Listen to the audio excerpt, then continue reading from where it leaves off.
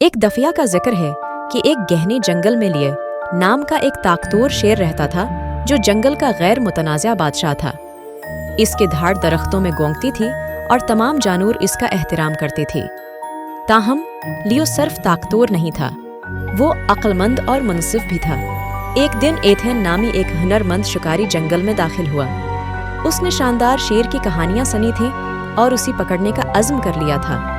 Ethane ने पानी की होल के करीब जाल बिछा दिया, ये जानते हुए कि शेर वहां पानी पीने आएगा। जैसे ही सूरज गुरूब होने लगा, लियो छपी हुई जाल से भी खबर वाटर होल के करीब पहुंचा। जैसे ही वो पीने के लिए नीचे झुका, जाल पहंसा और एक भारी जाल उस पर आ गिरा।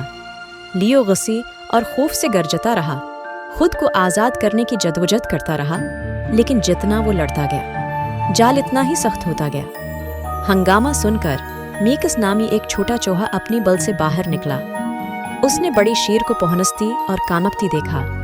अपनी साइज के बावजूद मेकस बहादुर और हमदर्द था। वो शेर के करीब गया और कहा, डरो मत लियो, मैं तुम्हारी मदद करूंगा।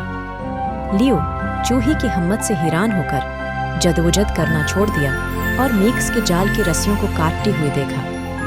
बड़े अज़्म के साथ मेकस ने मोटी रस्सियों को चबाया और जल्द है शेर आज़ाद हो गया। आपका शुक्रिया छोटी दोस्त, लियो ने दिल की गहराइयों से शुक्रगुजार होते हुए कहा। मैं तुम्हारी जिंदगी का मकरूज हूँ, मैं तुम्हें कैसे अदा करूं?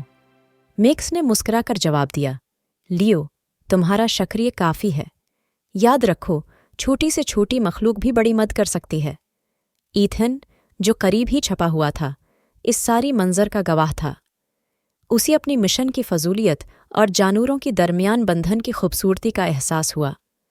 उसने जो कुछ देखा, उससे आजिज होकर उसने जंगल छोड़ने और दोबारा कभी शिकार न करने का फैसला किया।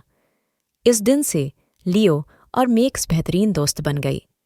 शेर ने सीखा कि हकीकी ताकत सिर्फ ताकत में नहीं, बल्कि एहसान और शुक्रगुजारी में भी है। और जंगल अमन के साथ परवान चढ़ा।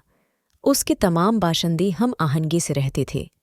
शिकारी और शेर की कहानी दूर दूर तक फैली हुई है, जो सबको सिखाती है कि एहसान का कोई भी अमल ज़ाया नहीं होता और हम में से छोटा भी बड़ा फ़र्क कर सकता है।